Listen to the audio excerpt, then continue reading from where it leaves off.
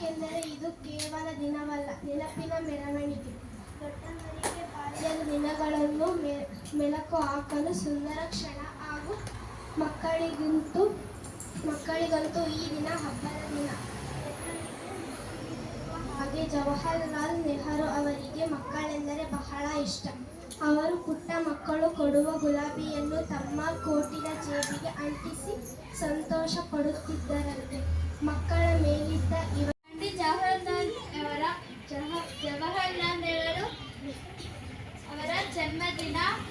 ಅವರು ನಮ್ಮ ದೇಶದ ಮೊದಲ ಪ್ರಧಾನಮಂತ್ರಿ.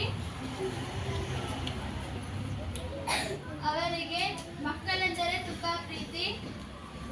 ಮಕ್ಕಳು ಅವರನ್ನು ಪ್ರೀತಿಯಿಂದ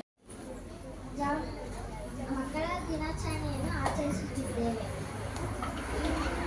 ಮಕ್ಕಳ ದಿನಾಚರಣೆ ಎಂದರೆ ಸಂತಸದ ದಿನ. ಈ ದಿನ ಸಂಭ್ರಮದ ದಿನ.